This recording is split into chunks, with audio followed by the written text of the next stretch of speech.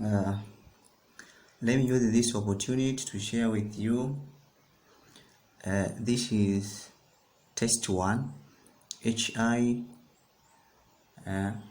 241. Hii ni research methods.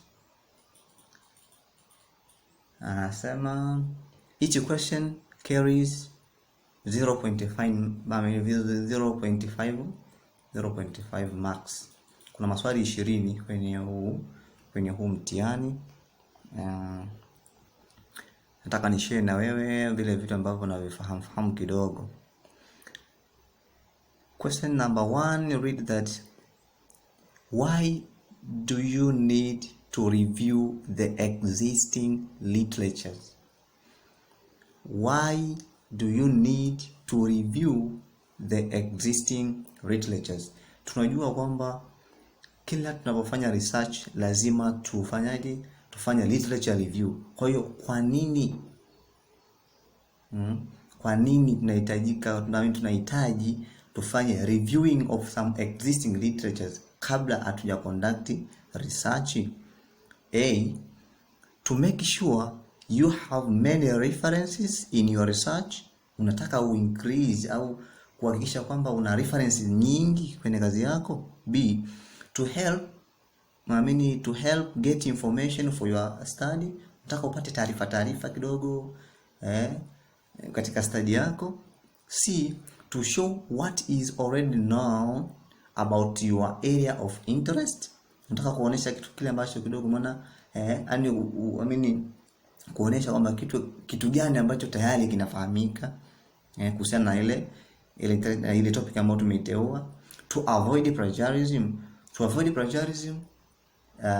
Haiwezi ikawa sababu ya kufanya kureview kwa sababu ku avoid plagiarism hii ipo. Kwa nini tutafanya referencing? So this D is not correct. To help to get information for the study, also it's not correct.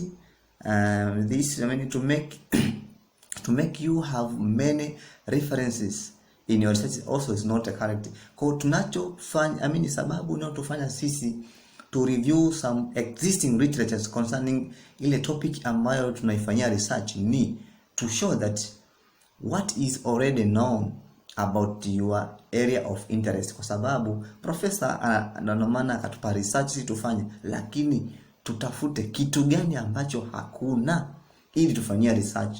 Kwa tunapitia literature review ili tuangalie kitu gani ambacho tayari some writers wameviandika ili sisi tusiviandike na tuviandike vile vitu ambavyo wamefanyaje havijaandikwa. Kwa answer is C, tunafanya literature review kwa sababu kuonesha tu kwamba kitu gani tayari kinajulikana na sisi tuna come up with kitu gani ambacho ni kipya. Question number 2 is read that questionnaire is. We all know that questionnaire is the one among the method of data collection. Kwa questionnaire is A, research method; B, measurement techniques; C, technique of data analysis; D, tools for data collection. Questionnaire haiwezi ikawa research method sababu research methods zinahusisha vitu vingi. Data collection yenyewe ipo kwa research method, how to analyze data, how to evaluate data. Kwa questionnaire sio research method. Measurement techniques questionnaire nao sio measurement techniques. Techniques of data analysis questionnaire hatu analyze data, ila questionnaire tunatumia kwenye correct data. Kwa questionnaire is a tool for data collection. Answer is D, a tool for data collection. Una set up some questions, unawapa wale ma respondents wanajibu pale, ima ikawa katika short ile closed au katika open utegemea, lakini questionnaire ni nyanja mojawapo tunaotumia katika correct data. Our answer is D.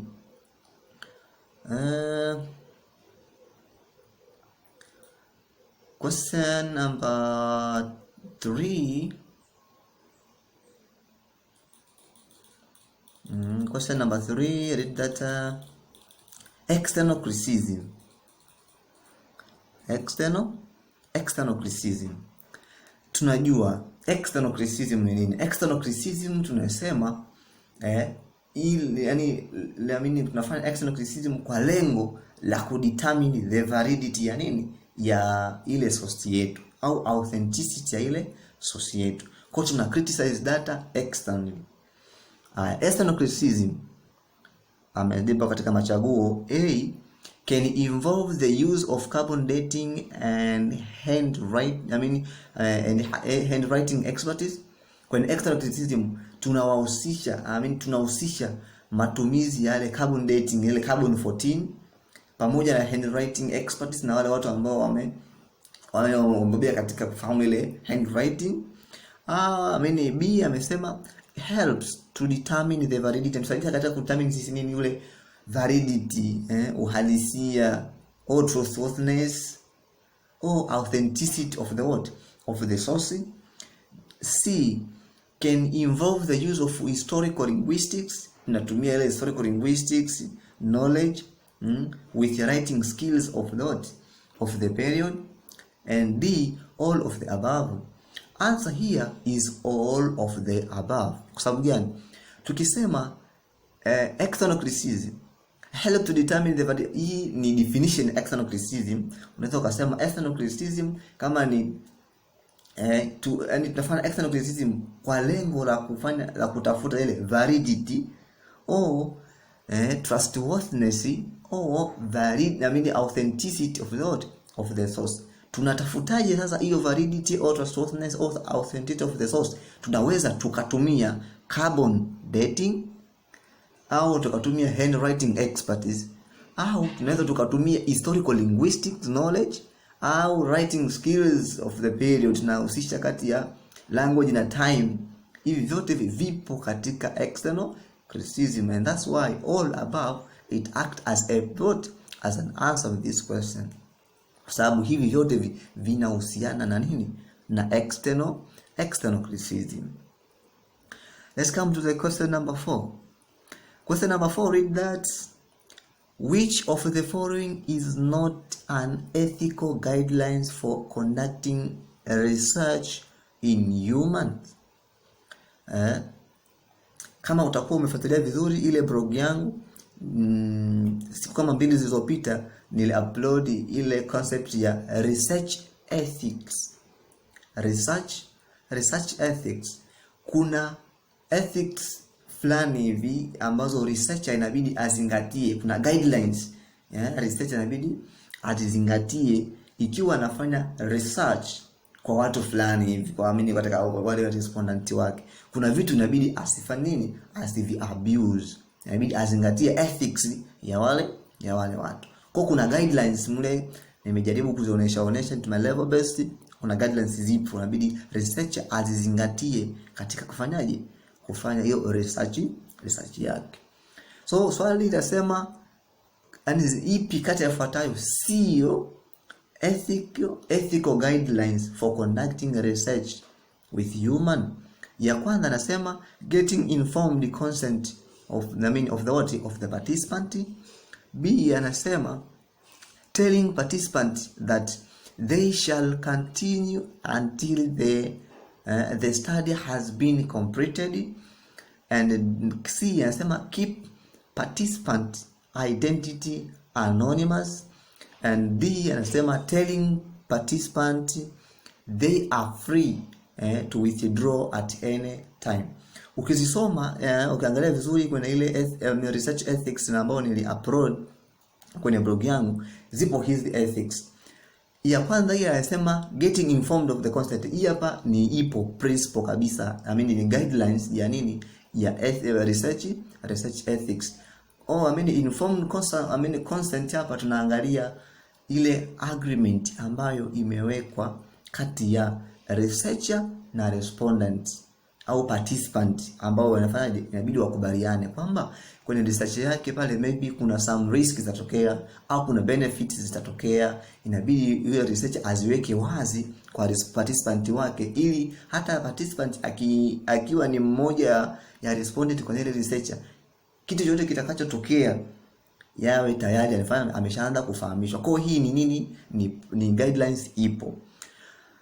B anasema telling participant that they shall continue until the end of the hiyo research inakamilika. Hii principle hii guideline hii haipo. Kwa sababu anasema miongoni mwa guidelines za research ethics kwamba waambie hao participant wapo free kwenye kujitoa muda wowote.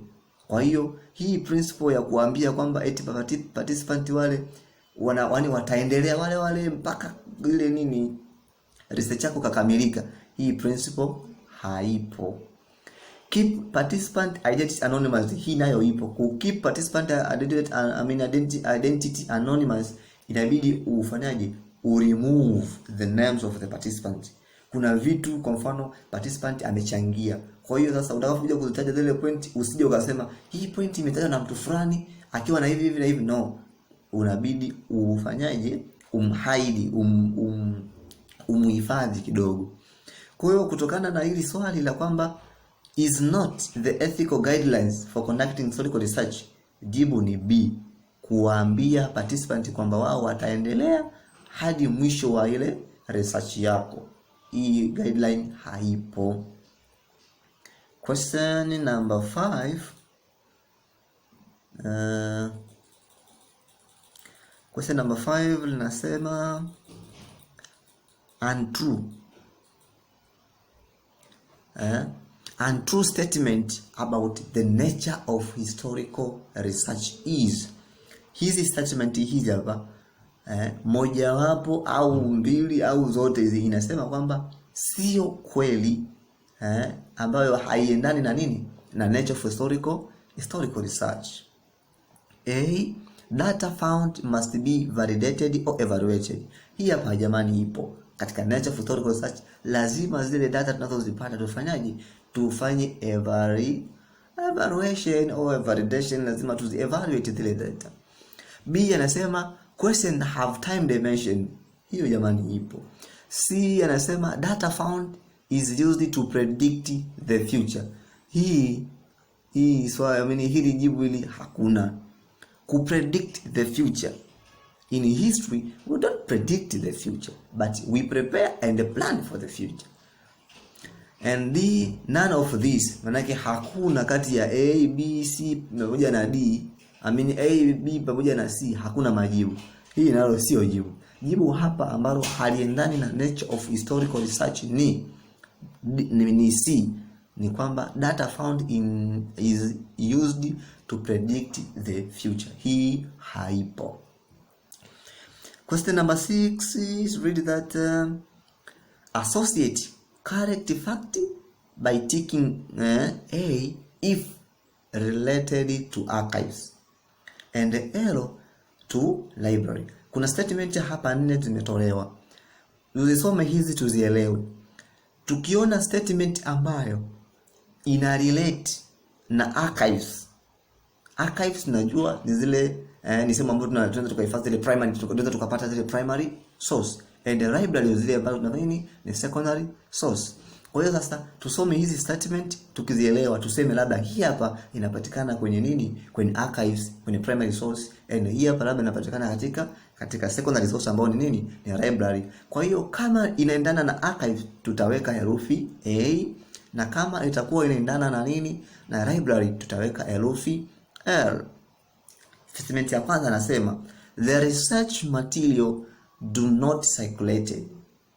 The research material do not circulated.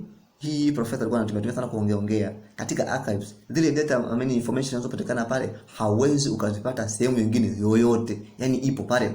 Kwa obviously hii hapa ni ni archive sources, ambazo information yale material tunayopata pale, kama ni cheti cha kuzaliwa cha mtu, uwezo ukatafuta tena sehemu nyingine yoyote ukafanyaje ukaipata, ni only pale.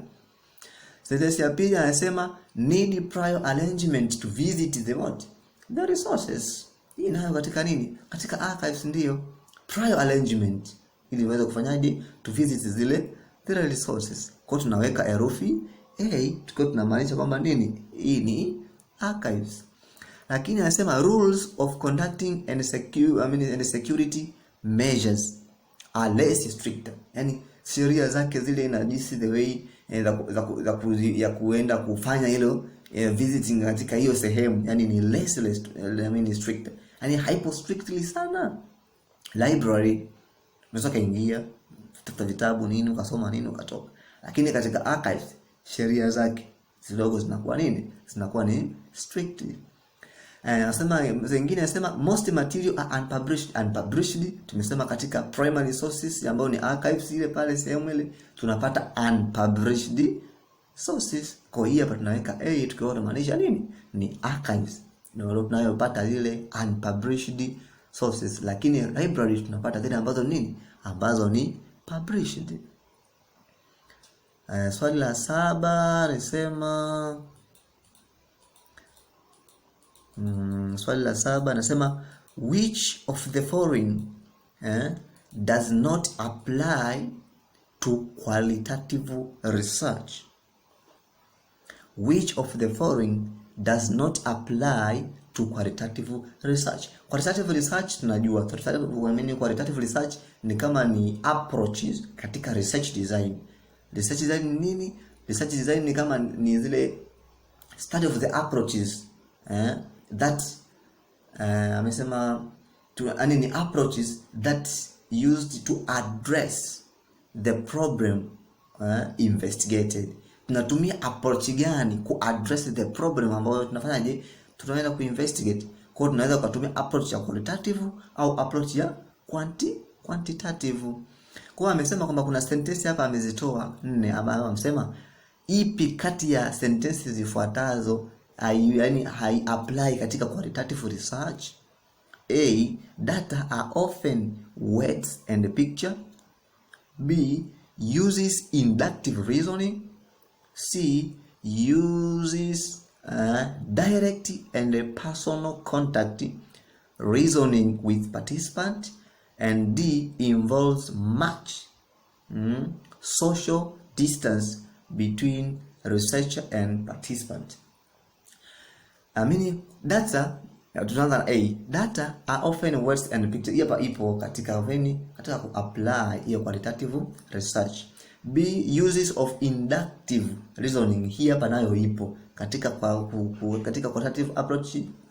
Tunatumia inductive from specific to general, if I'm not mistaken. Tunaanza na specific na kurudi vitu katika general. Kwa hiyo hapa ipo katika qualitative research.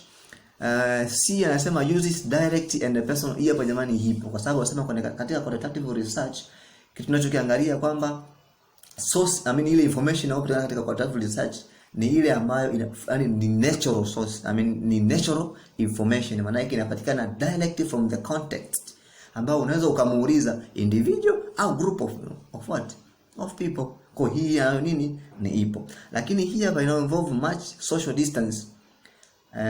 Naweza nikasema hakuna, kwa sababu maelezo ya profesa alikuwa anasomea mdomoni amesema qualitative information ina short distance between a researcher pamoja na subject. Kwa hiyo ile data ambayo unapata katika qualitative haiwi mbali sana, kwa sababu unavo ukitumia ile information ya researcher fulani ambaye ametumia qualitative approach, ukishaisoma tu unaweza ukajua kwamba background ya ile mtu. Kwa hiyo social distance nayo inakuwa ni ndogo. Hii kwenye quantitative ndio inakuwa na much social distance. Yani ukisoma work ambayo imeandikwa hata imetumiwa quantitative approach, hauwezi ukajua huyu mtu background yake. Yani uwezo ukajua historiography yake ipoje, sijui ile school of thought yake ipo vipi, mtazamo wake hauwezi ukajua. Lakini kwa ile quantitative, kwa sababu tunatumia maelezo tu, tunajua tu kwamba huyu hapa ni idealist au huyu ni marxist. Lakini ukiangalia katika kitini cha hivi ambavyo vimetuma imetoka hii ya profesa, hii hapa ipo katika qualitative. Lakini alivyokuwa amefundisha darasani amesema kuna little, sio much, kuna little social distance between researcher na participant. Kwa hiyo hii hapa inajibu hili swali letu la kwamba does not apply in qualitative approach. Hili jibu jibu ni D. Kilichoharibu ni much social distance. Question number 8 now. Swali la 8 linasema historical research may not conducted for which of the following reason. Historical research may be conducted for which of the following reason. Purpose of conducting historical research. Kwa nini tunafanya historical research? Kwa nini tunafanya research according to the past? Zipo jamani, sababu ni nyingi sana. Mojawapo ni hii hapa. A, to identify a relationship that a past has to the present. Kwa tunafanya historical, tunatafiti the past kwa sababu tu kuweza kuonesha ule uhusiano kati ya nini, kati ya past na nini na present. Kwa hiyo hapa ni ipo moja ya sababu inayotufanya sisi tufanyaje, tufanye research according research to the past. And B anasema to evaluate and record accomplishment of the individuals or organization or institution. Hii jamani nayo ni ipo, ni sababu ambayo inatufanya sisi tufanyaje, tufanye hiyo historical investigation. And C anasema to enhance understanding of culture in which we live. Hiyo nayo ipo. Kwa tunafanya searching concerning the past ili tuweze kufanyaje, ku understand the culture ambayo tufanyaje sasa hivi tunayo. And D anasema all of the above. Kwa answer hapa ni D, ambao all of above are the reasons why we conduct the historical research. That's the question number what? Question number 8. Question number 9. Question number 9.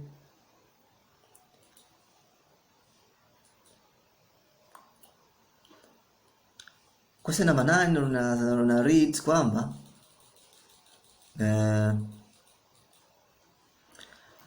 anasema to read critically means yani kusoma critically maana yake ni nini? Kusoma critically maana yake ni nini? Types of reading. Anasema A, taking an opposing point of view to the ideas and opinion expressed. Yani critically means kwamba A amesema yani kwamba kile ukisoma wewe upo katika opposite, yani opposite na kile idea ambayo inaelezewa pale. Kile ukisoma hapa wewe una ignore, kile ukisoma una ignore. Hiyo ni A. B anasema evaluating when you read in terms of your own research.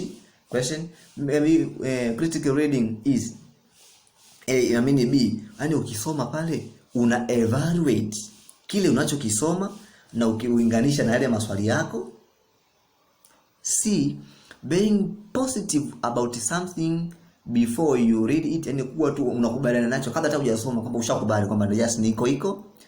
And D, reading through the material because most of it is just interesting. Kwa unasoma tu yale material kwa sababu tu nini, kwa enjoy tu, ni interesting. Answer is B, tukisoma critically kwa sababu anasema katika critically tuna make judgment, tuna criticize is it correct or not. Kwa kabla hatujasoma kwanza tunakuwa na maswali yetu, kitu gani tunataka tukifanye tukipate kwenye kile kitabu ambacho tutakisoma. Kwa unaposoma ili ufanye criticizing lazima ufanye nini? Evaluating kile unachokisoma ukiwa unalinganisha na your own what? Research. Question ko answer is B.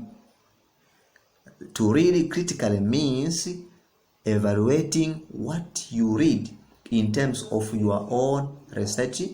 Question number 10. Question number 10 reads, which of these is not a method of data correction? Tunajua data correction ni njia nyingi za correct observation, experiment, interview, questionnaire, what. That is all of this of method of data correction. Kwa anasema ipi kata ifuatayo sio method of data correction? A, questionnaire ni method of data correction, kwa hiyo jibu 0. B, interview ni method of data correction. C, experiment. And D, observation. Kwa answer is C, experiment is not a method of data correction. Question number 11 is really that which of the following is the first steps in starting the research process? Tunajua kuna steps ikiwa unafanyaje, unataka ufanye research yako.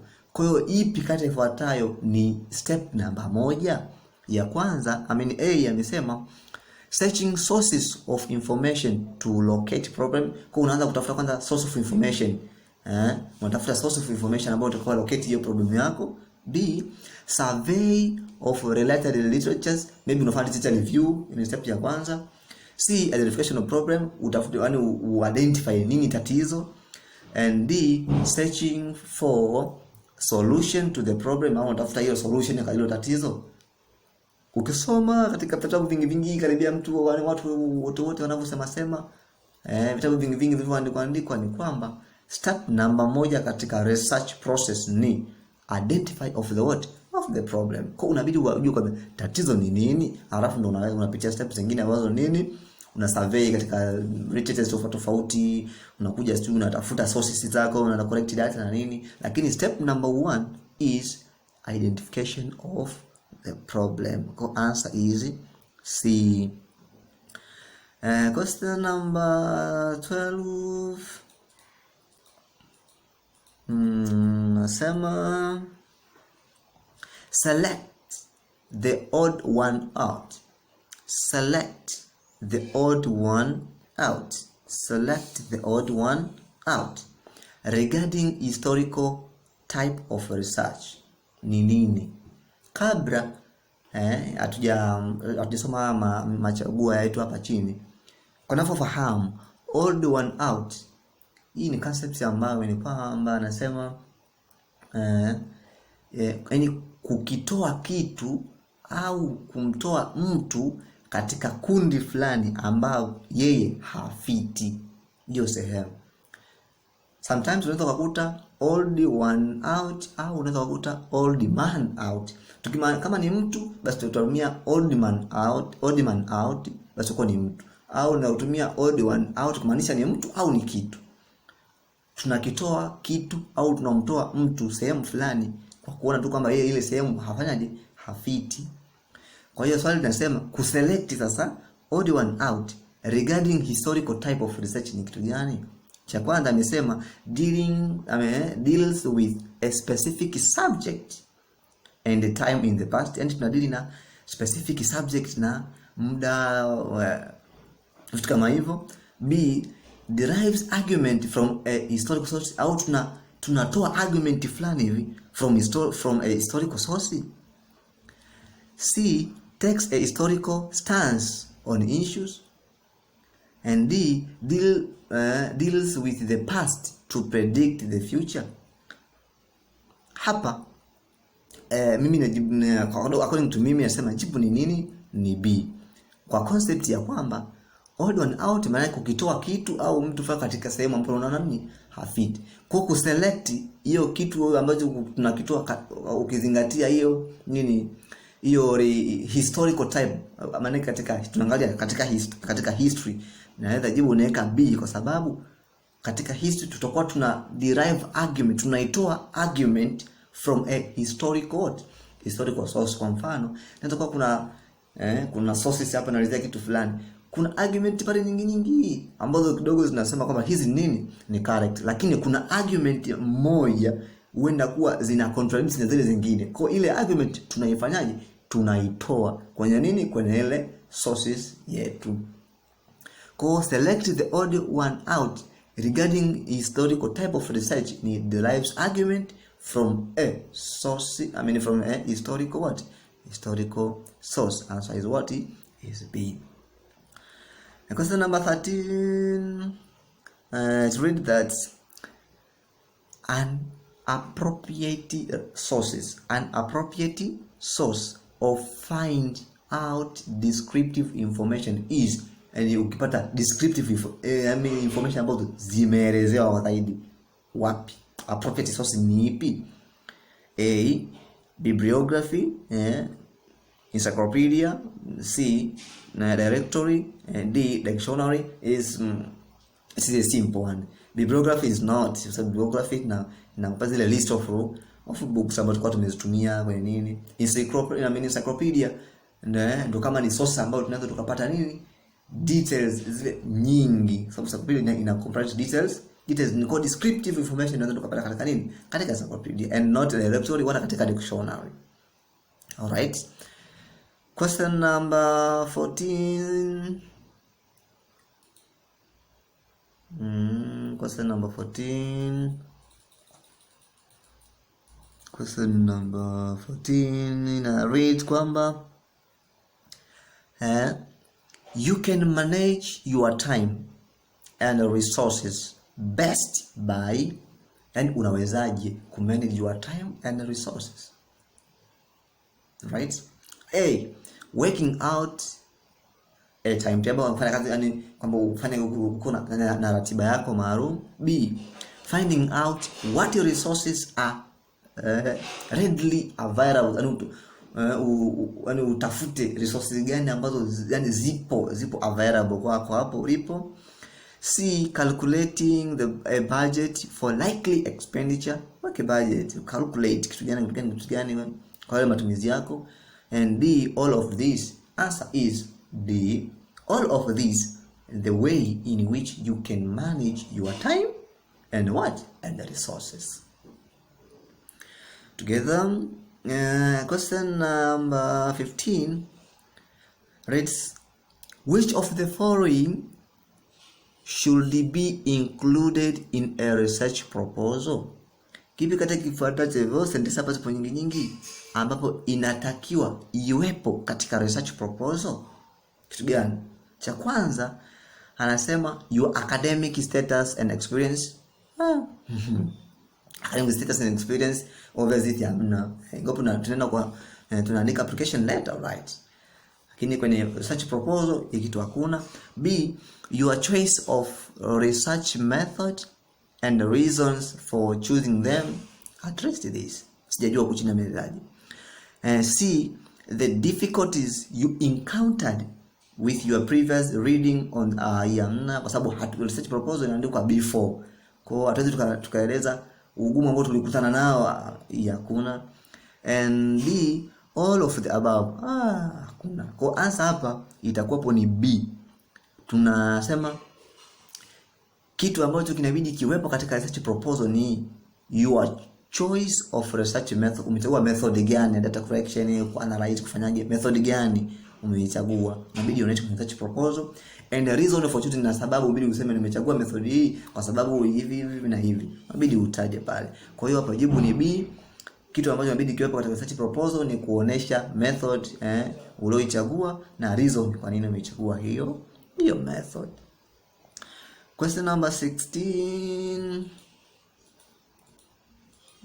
Question number 16. Read that. A research paper is a brief report of research work based on research reports, and a brief report of research work worked based on. Nafanya utafiti, si ndio? Kwa tunaandika ile report. Sasa ile report ile amesema ni work ambayo imebase kwenye nini? A, ni primary data only. Hapana, unaweza ukafanya research yako katika report kwa kutumia primary na vitu vingine. Hiyo jibu uongo. B, ni secondary data only. Hapana, sio secondary data peke yake. C, anasema ni both primary and secondary at least. And D, none of answer is C. Answer is C kwa sababu katika report inaweza include both primary data and secondary data. So the research paper ni report of a research work ambayo imebase on both primary and secondary data. Question number 17. Question number 17. Read that. The basic sections of a research report are higher. Tumefanya research, tunaandika report. Ni vitu gani, ni parts zipi ambazo zipo katika research report? Akasema A, research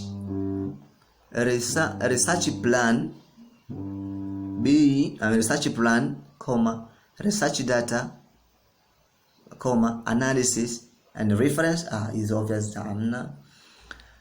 B, executive summary, literature review, data gathered, conclusion and bibliography. Haipo. C, introduction, literature review, research method, results, discussion and conclusion. And D, introduction, data collection, data analysis, conclusion and recommendation. At least C na D inataka ikaribie kwenye jibu, lakini the correct one is C, kwa sababu hii D haija include literature review, na kwenye research report lazima kuwe na nini? Na literature review. Kwa hiyo hii hapa haija qualify kuwa ni jibu kwa sababu haina literature review. Kwa answer hapa itakuwa ni nini? Ni C, ambayo katika research report section yake lazima iwe na section introduction, iwe na section ya nini? Ya literature review, iwe na section ya research method, hapo tanganya methodology zilizotumia, itakuwa na result, discussion pamoja na nini? Na conclusion kule mwisho. Question number 18 anasema question number 18 anasema what can you do to ensure your physical safety during your research? Usalama wako wewe utaensure vipi wakati wa research yako physically? Usalama wa physically utachuaje? Kwanza anasema be alert to the possibility of exposure to danger, kwamba ubi cautioned, kwamba wani ufahamu ujue kwamba kuna uwezekano wa kutokea kitu fulani hivi is one among the way of to ensure it. B, avoid interviewing alone in the respondent residence, yani usiende peke yako, kwa sababu kuna wafanya wengine wakauliza kule watu waka raise wakakupiga wakafanyaje na nini, kwa sababu usiende peke yako. C, make sure someone knows, hakikisha kwamba kuna mtu anajua where you are, upo wapi, and how you can contact with them in a emergency, na jinsi gani unaweza kuwasiliana nayo kama kutakuwa kuna dharura yote mfanyaje imetokea, si ndio? For the emergency. Haya, hiyo ilikuwa nini? Ni C. And D anasema all of the above. Jibu ni D, all of the above. Kwa sababu ili kuweza kutekeleza yote lazima kwanza uwe na ufahamu kwa kuna possibility ya kwamba huko na huenda kunatokea fani titokea. Kufanya research tumesoma tu, ukivisit ile blog yangu kwenye masuala ya nini ethical, research ethics, and kuna conflict nyingi sana zinatokea. Kwa hiyo lazima ujue kuna possibility ya kitu kufanya la danger fani kufanya itatokea. Lakini vile vile hata hii B nayo ni moja ya measure ya njia kwamba utakuwa salama. Kwa sababu gani? Kuinterview peke yako utahitaji moyo. Ko avoid it and make sure kwamba kuna mtu anafahamu na ujue namna ya kuwasiliana naye. Ko answer is D. All of this is a way that you can ensure your physical safety during your research. And question number 19 nasema the role of a research supervisor is to. Research supervisor kazi yake ni nini? Nasunga kama ni Professor Juma yule, wakati tunafanya sisi research yetu, kazi yake iko ni nini? A, make sure you keep to your time schedule and deadline, kwamba una kazi zako zile ziishie within a time, yani usiwe unafanyaje, usitoke beyond, don't extend the time. B, give you a reading list and show you internet sources. C, ensure that you have funds for conducting research. And D, provide intellectual support, guidance and critical feedback? Answer is A. Kwa sababu kazi ya supervisor ni kuhakikisha kwamba wewe researcher kazi yako unafanya on time, umalize kwa wakati, isivuke ule muda, na sio kukupa wewe reading list kwamba kasome hiki. That is not a kazi ya nani? A supervisor. Na here hapa to ensure you have a fund, that is kazi for sponsors and not a supervisor. To support hii supervisor naye hana kazi hiyo. Supervisor kazi yake ni ku keep you your time schedules and deadlines, to ensure that, yani kuhakikisha kwamba unamaliza kazi zako within a time bila ku extend muda. Thank you so much. I want to share with you this few things. If there is a mistake sehemu yote ambayo umeona, you may correct it. No one is perfect. Thank you sana. Don't forget to subscribe, like, share and comment so as to give me support. Thank you.